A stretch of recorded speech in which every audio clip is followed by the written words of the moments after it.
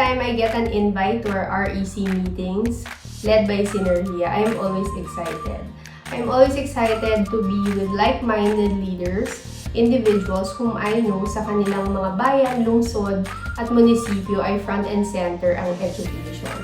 And every time I listen to their reports, their programs, their projects, I am inspired because their passion has driven them to find solutions to common educational problems na innovative, out of the box. Hindi ito pangkaraniwan at wala sa listahan.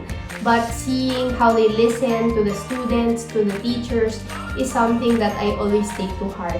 Lalong-lalo na pag naghahanda kami ng mga programa sa Quezon City. So I'm really grateful for the opportunity of being part of our Regional Education Council. Maraming salamat po. The biggest accomplishment of the North Luzon Regional Education Council has been the provision of a venue for mayors to get together and talk about collective problems and solutions. The sharing of best practices has inspired other LSBs to think about our current situation and how to overcome the challenges not only during this pandemic and how to continue with the provision of basic education delivery in our country. Quality education for all children. The Regional Education Council is composed of many enthusiastic, dedicated, and compassionate leaders who are committed to bringing education that is sustainable and available to all of our learners in our different municipalities. Regional Education Council ket maysa ang nakateg nga organisasyon na magtulong iti DepEd tapno mapadulungas ti kalidad ti edukasyon.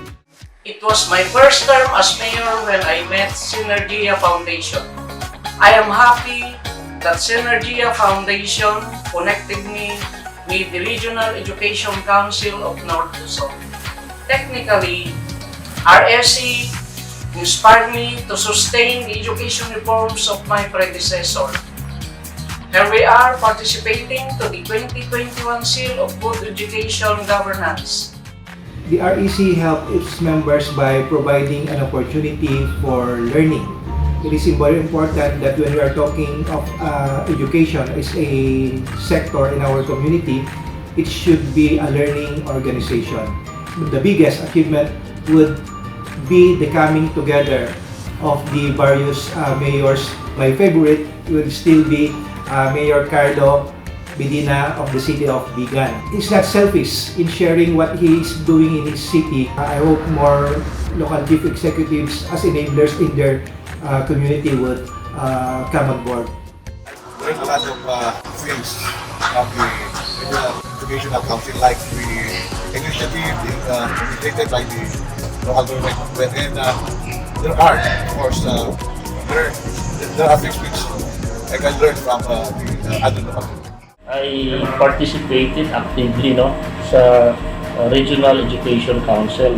The Northern Mindanao Regional Education Council is very active in pursuing and supporting the implementation of the government programs on education and initiate as well reform initiatives geared towards improving the quality and effectiveness of the education system in Northern Mindanao in particular and the country in general.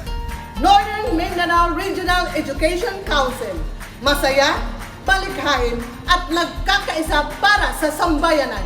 All for one, one for all.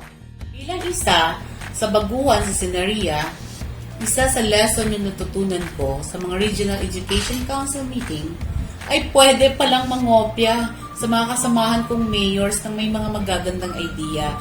Yung tipong, ay may ganun pala, matry ko nga sa bayan ng mga udadato. REC inspired me to sustain education reform of my predecessor. Mas marami sanang munisipyo, if not all, municipalities in the entire country will join Synergia. Marami na naman silang matutulungan. The REC members share their best practices so that the other LGUs can implement it as well.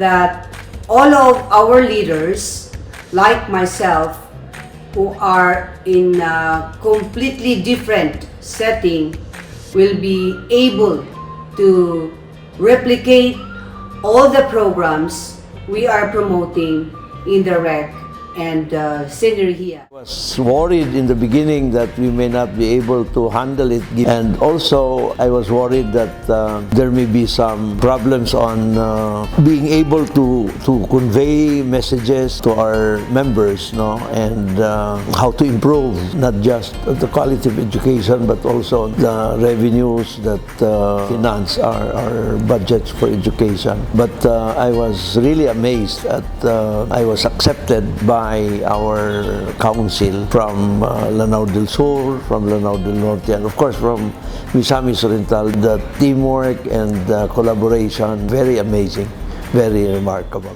The beauty of discussing best practices that the LGUs have done is these best practices are also being tested, and also we have other LGUs replicating them in their respective territories.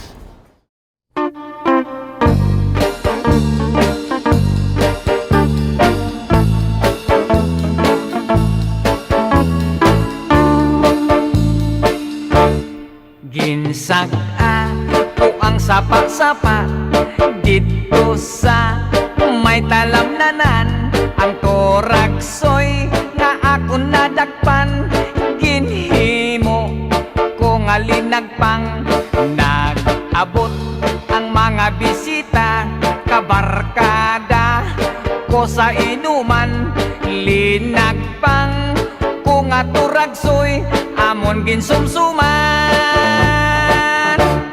Linagpang ko nga turagsoy sa sabaw, nagalangoy-langoy, ginlaktan, pagid sang ginamos, pinamalhas, gid kami sang higop.